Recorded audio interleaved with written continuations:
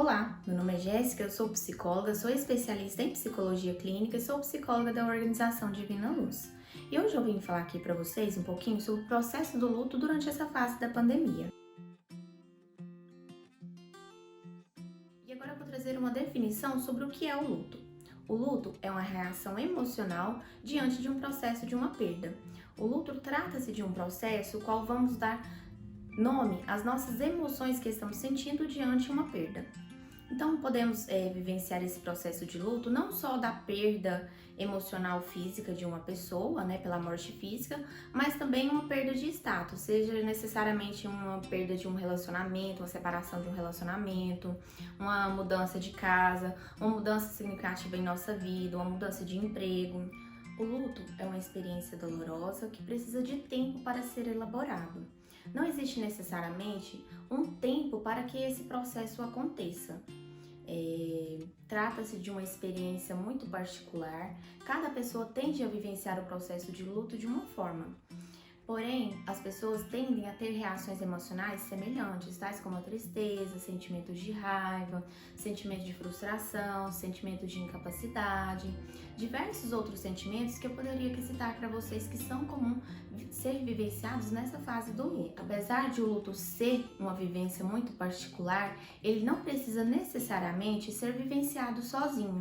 O luto pela morte de alguém que amamos é uma experiência extremamente dolorosa e devastadora. Quem já passou por uma experiência dessa sabe do que eu estou falando. Agora eu vou falar um pouquinho sobre a fase desse luto nesse momento que nós estamos vivenciando desse cenário atual, que é a fase da pandemia. Os velórios, então os rituais fúnebres, trata-se de uma cultura milenar, né? Então tem registros de há muito tempo existirem já esses históricos desses rituais fúnebres. E eles são importantes, eles têm um significado. Qual que é o significado de vivenciar ali, de velar um corpo, de passar por esse ritual fúnebre? Ali nós estamos dando nome à nossa perda, estamos ali concretizando de fato a vivência dessa perda. Ali nesse momento nós somos abraçados, ali nós podemos colocar para fora as nossas emoções, sentir que aquela perda realmente está sendo vivenciada. Quando estamos velando um corpo, né, estamos entrando em concretude com essa perda. E quando essa perda agora não podemos ter essa possibilidade de realizar esse ritual que são os velórios, né? Como que ficam essas perdas? Porque nós não temos não só as perdas pela Covid, né? Mas também temos essas outras perdas que acontecem, que não param de acontecer.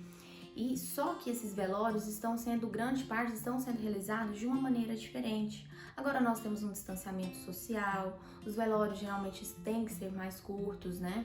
Então tem modificado o nosso cenário atual diante dessa fase de vivenciar essas perdas e como que fica o luto agora nessa fase.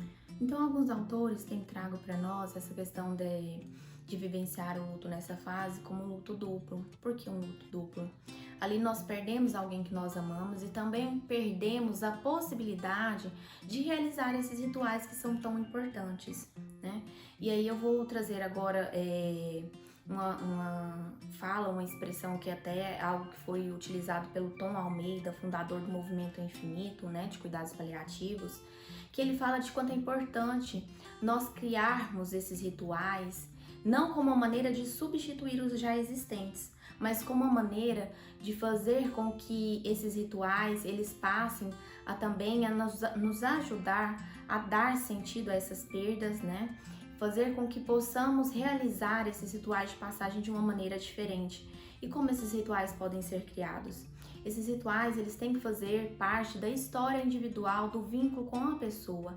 Então, por exemplo, eu vou citar aqui, eu tenho acompanhado, né, algumas famílias que têm vivenciado essa fase do luto durante a pandemia.